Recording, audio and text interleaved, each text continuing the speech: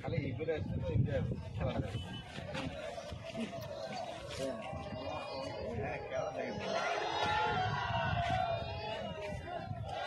মুখ্যমন্ত্রী কিন্তু বলছিল যদি এবার ঘর ফটাইলে কিন্তু ঢুকাবে হাত ফটাইলে দরজা তারপরে কিন্তু ভিডিও করে কথা বলবো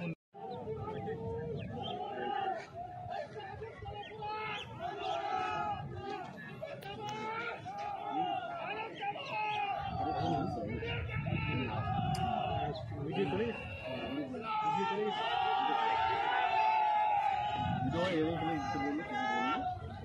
কথা বলবো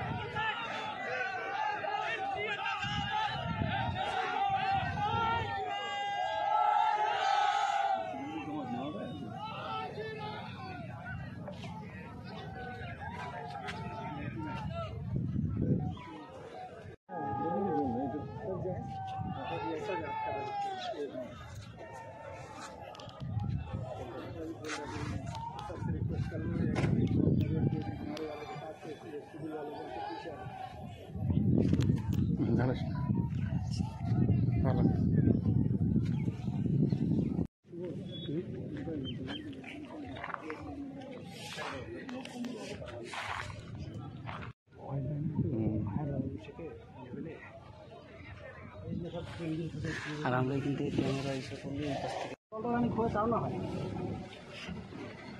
মনোজ দা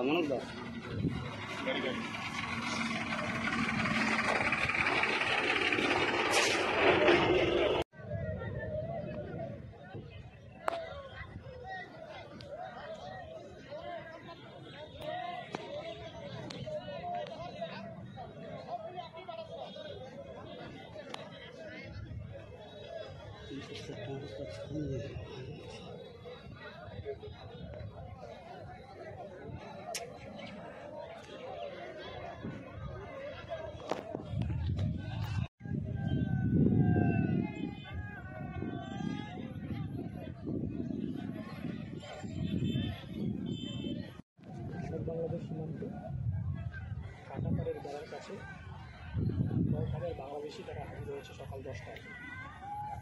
এই দেশে ঢোকার চেষ্টা করে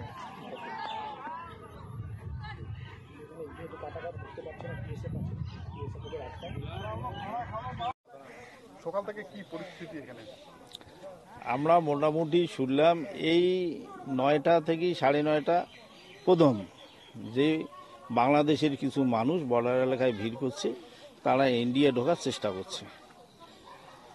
তখন থেকে এই পর্যন্ত যেটা আমি এইমাত্র আসলাম দেখছি যে কিছু লোক আছে, কিন্তু আমরা বাইরে খবর নিচ্ছি আর কি, দেখছি যে যতটা মানুষ এখানে ঢুকবে বলে আছে তার থেকে দ্বিগুণ মানুষ আছে দেখার জন্য। যেমন আপনারা ইন্ডিয়ান মানুষগুলো এখানে দেখার জন্য আছি, ওইরকম বাংলাদেশেরও কিছু মানুষ দেখার জন্য আছে।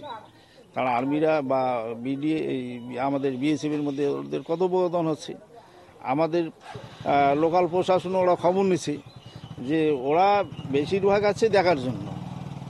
এখনো এই অবস্থায় আছে। সকাল থেকে মোটামুটি অনেকটা ভিড় ছিল, এখন আস্তে আস্তে সবাই সরে যাচ্ছে। এই যে সেখান থেকে কিছু স্লোগানও শোনা যাচ্ছে।